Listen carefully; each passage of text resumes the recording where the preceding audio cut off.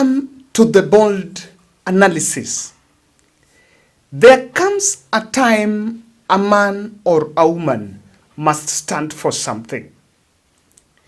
In this podcast, I pride that we are proud of ourselves that we normally stand for something. I did say yesterday, the transaction wing in ODM party, Junet-Kaluma, Lilian Gogo and the likes, they were in parliament yesterday telling the country the way they said three things. That because President Ruto gave Raila a lift in Addis Ababa, the country ODM needs to support Ruto.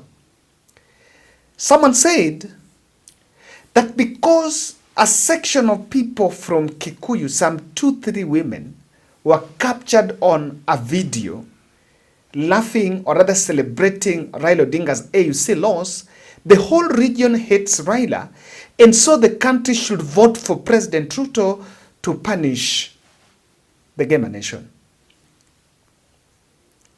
And someone even went ahead and said that President ODM, or rather the Kenya Kwanza administration, should move with speed to create the position of the leader of opposition for Raila Odinga, so that when Raila gets back, he will be accommodated somewhere in government. But our position in this podcast was very clear. That when Raila Odinga was supported for AUC, it was not president's personal money. It was taxpayers' money. We hold the position that Raila Odinga's AUC bid support was unconditional. And so, there is no way that after that election, we are now saying he needs to support Ruto. And we said here the politics of voting for why, because you want to pay your debt, do not have a space. And if anything, if you have to consider it, then Kalonzo Musyoka stood with Raila Odinga for 15 years. You cannot just say we support Ruto, or rather Raila now need to support Ruto because he gave Ruto a lift, because Ruto gave him a lift in Addis Ababa. Come on. There comes a time you must stand for something. In this podcast, I know for our subscribers, we stand for something. We stand for something. Today, the real words that I spoke in that podcast is what Nairobi Senator Sifuna is saying in the Senate. I want you to listen to Sifuna here. You know, you are a lawyer like myself, Honorable Speaker. The High Court, our own High Court, has ruled that the freedom of expression extends to insults. That there is no requirement, and Senior Counsel is here, he can tell us. There is no constitutional imperative that when somebody speaks to you, they are nice to you. There is nothing like that. The protections or the limits to which the freedom of speech can reach are only the ones set out under the Constitution, and they don't extend to those things. So, Honorable Speaker, there is this debate about patriotism, and I've asked myself, what is this thing called patriotism? Honorable Speaker, we live in the city here, and in Nairobi we have one simple rule. If you love me, I will love you back. But if you do not show me love, there is no way you can expect commensurate affection from me. It is that simple. You love the people and the things that love you back. Honorable Speaker, when you speak to many of the young people, they feel that this country does not love them. From the day that you are born, Honorable Speaker, look at the situation in our maternities. Look at the situation in hospitals like Mama Lucy. The country, because of our failures to provide proper health care, is actively trying to kill you from the day that you are born. That is the situation we are born into. If you compare to other countries, Honorable Speaker, and we have traveled the country, the world, and we have seen, from the days that you are born, the way the country takes care of you, the sort of maternal health care that you are given, the sort of nutrition that you're given, you can see a country trying its best to make you survive, not a country actively coming after your life. Honorable Speaker, we go to places and we see education is free from primary school to the university. The country is actively trying to mold you into a proper citizen for the benefit of the country. It is very easy to love a country like that. But what is the situation in Nairobi? What is the situation in Kenya? Honorable Speaker, we have not done enough to make people feel like they belong to this country and that this country works for them. You cannot therefore fault people when they express anger against their own country. You cannot fault people. Patriotism, in fact, is defined not as loving your government, but loving your country. And when things are wrong, Honorable Speaker, we have a right to say that they are wrong. The politics of Kenya is very divisive. You know, people here pontificate as if the result had been different, Honorable Speaker.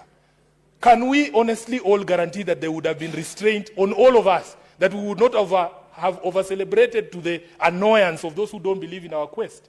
Nobody can give you that guarantee. People are allowed to celebrate or to cry or to whatever, express themselves as much as they wanted. But I know Raila Odinga. Raila Odinga is the most insulted political leader in Kenya. Every single day you wake up, he's trending on Twitter, he's trending on Facebook, he's a headline in at least 3 newspapers per week. He doesn't appear to be fazed by any of those things because he understands you have to have a thick skin as a political leader in this space. If you put yourself out in the public, you can expect people to be insulted. To insult you. Therefore, Honorable Speaker, there are people who want to use this so-called celebration in Nyeri. And when I watched that clip, Honorable Speaker, it was 2 mamambogas at a market in Karatina. And when people speak about it, you can think the entire region of Mount Kenya. And in fact, the most annoying and saddest thing was attempts by leaders, some in very senior positions in parliament, trying to extrapolate and make it look like it is the people of a mountain celebrating Raila's loss. Honorable Speaker, these are the things that bring division in our country. As SG of ODM, I am aware that for the first time in the last election, Raila Odinga got over 1 million votes in the election.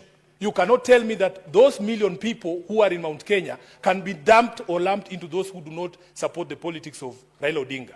These are the things we must do. We must speak in a way that ensures we remain cohesive as a society and we don't marginalize anyone. Honorable Speaker, I want to conclude by speaking to the speculation. There's people who want to put words into Raila's mouth. Honorable Speaker, when Baba, Raila Odinga, wanted to run for the elections in 2022, he called a major rally, and I was present at that rally at Kasarani. He announced it himself that I would want to seek the presidency of the Republic of Kenya. When he wanted to run for this AUC position, Honorable Speaker, he himself called a press conference. I remember only seeing the former president of Nigeria, Olusegun Obasanjo, there at that press conference. He told us with his own mouth that this is what he wants to do. Honorable Speaker, therefore, when Baba wants something, he will tell us himself. These people who have abrogated themselves the role of speaking for Raila Odinga and telling him, oh, we will look for a space to accommodate you. Baba has many, many roles. He's a party leader of ODM. He's a leader of opposition. He's a father. He's a husband. He's a grandfather. He's not idle. Baba is not idle. He has things to do. So please, these people, I have seen even some colleagues from this Senate coming up and proposing ridiculous things like amending a constitution just to look for a position for Raila. What do you mean? In fact, as the father of this constitution, it insults Raila greatly if you can stand up and say you are going to amend a constitution just to look for a seat for him. That is not what he fought for. That is not why he fought for this constitution, Honorable Speaker. And the leader of the country today is the one during the campaigns who told us that for a change, we must stop looking for positions for leaders. Let us start with the Mamamboga. Let us start with the Boda Boda person. Let us start with other people because all this time we have been talking about leaders. I want to say without fear of contradiction that if Baba wants something, he will tell us himself. All these people running around and saying, oh, we will look for this, we will look for that. How do you know? He's not interested. Has he told you he's interested? And he has a mouth for himself. Do you know, Honorable Speaker, that despite me being the SG of ODM, I do not speak for Raila. He has his spokespersons. He has his spokesperson. I speak for organs of the party for which he is a member. But I cannot speak for Raila Odinga because he has his own mouth. He has his spokespersons. So please, we feel insulted as members of ODM when people run around looking for small seats here and saying, oh, we want to propose him for this, want to propose him for that. It is entirely disrespectful to Raila Odinga for you to run around claiming that you are looking for a position to accommodate him. He is not idle, as I say. Honorable Speaker, I want to conclude by saying we are extremely proud of Raila Amolo Odinga. Some of us chose not to be emotionally invested in this particular campaign because, Honorable Speaker, we have been through painful moments. Some of us, I had been elected for the first time in 2022 as Senator of Nairobi. I never got opportunity to celebrate that win because my party leader had lost the most important position that we were looking to get. Honorable Speaker, we were depressed. When you see us here, we might appear in public like we are rocks. We are not. These things have an effect on us as people. We want to be left alone. We want to be left alone, Honorable Speaker, and we want people to respect our father. We want people to respect Raila Odinga. Because every time you pick him up for your other charades like the ones that people are proposing here, when ultimately it doesn't work, it is the people who believe in him who bear the brunt of the pain. Those people are not there with us. In fact, these people proposing, some of these guys proposing things here, they are inwardly very happy and they want to drag Raila Odinga into another charade that is going nowhere. We want to tell the people of Kenya that it is only you are the ones with the power to determine the future of Baba Raila Amolo Odinga. Nobody has the right to tell anyone in this country to retire or to come out of politics. You are not the one who put him into politics. Allow Baba to make the decision himself.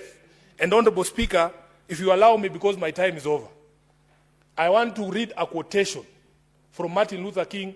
This quotation hangs on the walls of Raila Odinga's office in Upper Hill. Honorable Senator Eddie, please, if you can hand me my phone so that I don't move from here. Because there are people who have been threatening us, Honorable Speaker, that when we say these things, they think, oh, you are going to be kicked out from where? From what position? These positions are not permanent, Honorable Speaker. These positions are here today and tomorrow they are gone. Add the SG. Please, the just SG to read this. Senator, I'm adding him 1 minute to read out that quote. Honorable Speaker, Raila Odinga has a very famous office at Capitol Hill in Nairobi. If you go into that office, there's a quotation from Martin Luther King that hangs on his wall. And it goes like this. You may be 38 years old as I happen to be. And one day, some great opportunity stands before you and calls you to stand up for some great principle, some great issue, some great cause. And you refuse to do it because you are afraid. You refuse to do it because you want to live longer. You are afraid that you will lose your job, or you are afraid that you will be criticized, or that you will lose your popularity, or you are afraid that somebody will stab you or shoot you or bomb your house. So you refuse to take the stand.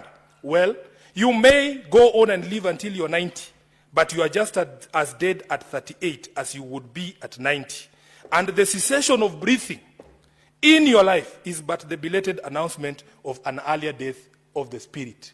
Honorable Speaker, those people who have been wagging this AU thing on our faces and gagging us, that thing has now been taken. We are unshackled. We're going to speak. I thank you. You'll got to love him. You'll got to love him. You can't afford to hate Sifuna. Because this country, I said there's shortage. We have a shortage of people, of gullible supporters.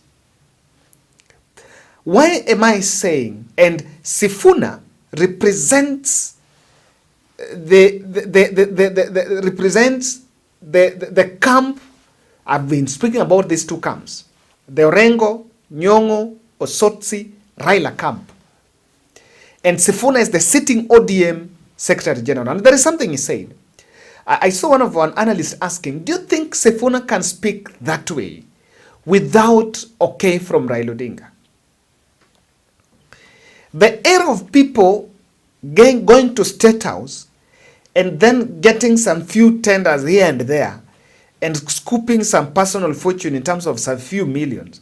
Then you go to Parliament and start now running emotional statements on how people need to support. When you went to State House, you never went with the 10 million Raila supporters or the 20 million Raila supporters in the country. No, you went alone.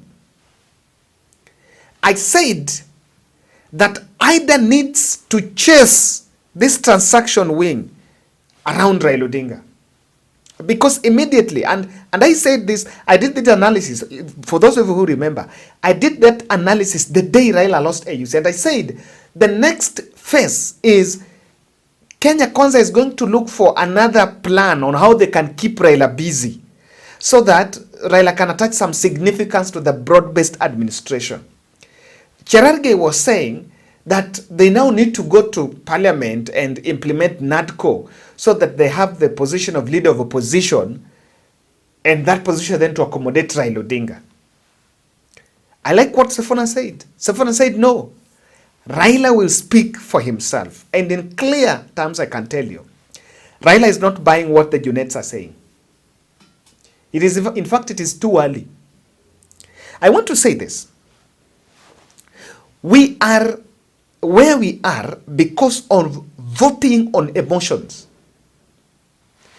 Kenya Kwanza, the presidential candidate William Ruto, went to Mount Kenya and told the Gema nation that he was betrayed by Uhuru Kenyatta, and so they needed to support him. And I remember Anne Waiguru saying that unajua tusipopigia Uhuru Ruto kura, sisi tutaonekana watu ambao ni wakora.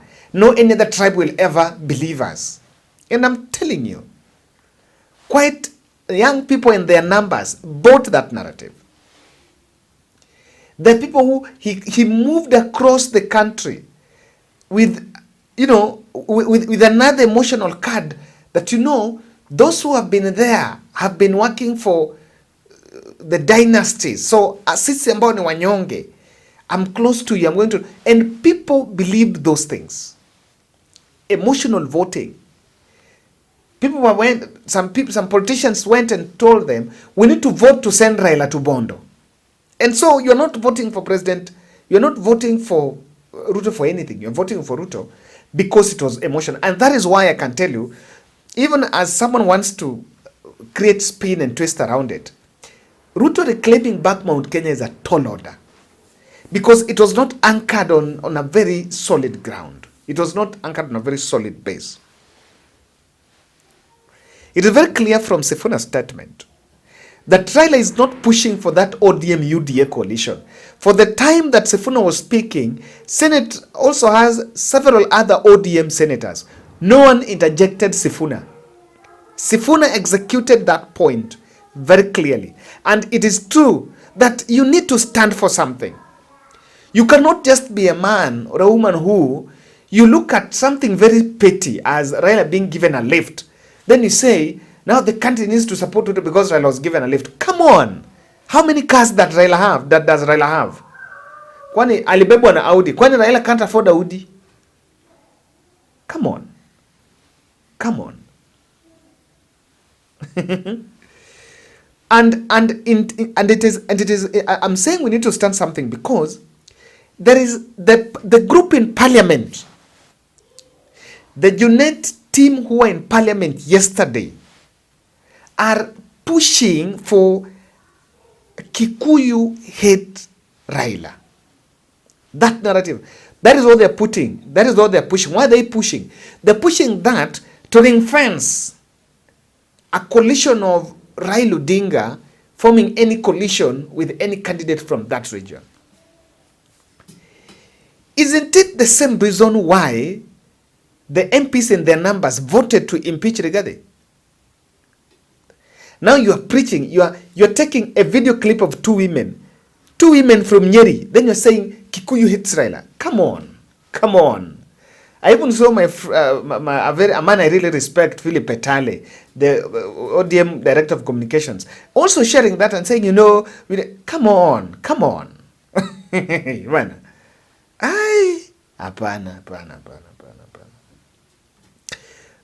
Raila Odinga needs to be left alone. At 80 years, let him decide what he wants to do. At 80 years, that Raila should not be another, another toy boy. Just people just take their interest there. What will, and in fact, I would want to ask, so Raila is 80 years. You have that ODM party. Even if you give him the leader of opposition and you have a handshake, you have some broad-based administration in parliament, what will he effect? What will he do? Na hiyo MPs yote, kina Junet na nani wana support Ruto. Then you make Raila the leader of opposition. Come on. Aren't you even going to use taxpayers' money for no reason? And what is that opposition going to work? if already there is some broad-based thing going on? Come on. We need to get it right. We need to get it right. I want you to listen to Onyonka. He relayed some of the few things that didn't work for Raila Odinga. And I want to say this. That Ruto-Raila coalition that the Junets are pushing is dead on arrival. Why? That coalition is dead on arrival. It can't even move an inch. And I want to tell you why. That coalition, the perception is that Raila Odinga will hand over Nyanza and Western and Coast to William Ruto. The era of votes being used, transferred as barter trade, that era is coming to an end. And I can tell you, in 2027, those who were born in 2009, even after the post-election violence, they will be eligible to vote. Those who were born between 2000 to 2010, around that time, they are the majority of the voters. These people. And they might turn out in their numbers. That coalition is President Ruto is just looking for some validation. When I have Raila, even if I rig, I can be believed that I won. People can believe me that I won because I've had Raila. Raila is the most powerful 5 times presidential candidate in Kenya, supporting you. Can you lose? Yes, you can lose. Thoroughly. So that coalition is not only for strategically for vote mobilizing in terms of the numbers. Someone is looking for validation. But wakiungana nikishindwa, hatutakubali. I want to say this. I think the team, the transaction wing that are pushing for this deal must be told it will have many casualties. I would want to ask, if ODM gets to a coalition with William Ruto, I want to ask a question. Will Masika Moses Wetangula retain the speaker's seat? I would want to ask, will Kindiki be a deputy president, the running mate? Come on. Will King be the speaker? Come on. Will Kimani Ichung'wah be the majority leader? You need to ask yourself those questions. And will Musalia Mudavadi will be the foreign affairs CS? It is not that easy. And they should not push Raila into that. They should not push Raila into that. I've been saying the kind of hate, it's very true, the kind of hate that Raila faced this time is alarming. Even handshake with William Ruto faced some hostility, but ilikuja ikatulia. Now, 1 year since he moved to Ruto's side to save Ruto after that Gen Z protest, Raila has been experiencing that hate. If you look at TikTok, I have an account in TikTok. I normally don't post videos, so I normally get there, pop there to look how these young people are talking. Where? And if you check Twitter hashtags, Raila is trending almost every day. So it will have many casualties, and it's not even going to help Ruto. In fact, I need to say that talk of we ODM will support Ruto, it is a retainer. It is a retainer narrative for people to continue getting direct access to State House, direct access to attend in Ministry X, some jobs for my nephew, my wife, my girlfriend, and the country, and that is not going to help. These people talking about it, they are yet to ask the president, Mr. President, you were to build a road in Sondu. Is it complete? Uhawe in Bondo, is it complete? There was a laboratory that was launched in Jaramogi Oginga. That project is stalled. Those are the questions. I want to ask, why am I saying that coalition is dead on arrival? In 2025, in 2027, Raila will be 82. Come on. So what will Raila become in that? At 82? Will he be a president? You know, we need to think. Will Raila become a president if he forms Ruto is not a presidential candidate? So how does it benefit Raila, even as a person? They've been using that ODM party to get seats. The public scrutiny on Kenya Kwanza scorecard is a big factor. And while we are using ethnic mobilization tools and strategies, but at the next general election, the country will ask, where is our money? Where are the houses we contributed? Why are we contributing to SHA? What about NSSF? And how about the education funding model? Why are our children in school going through troubles? What about our sons who were abducted? Those questions must be answered. Thank you.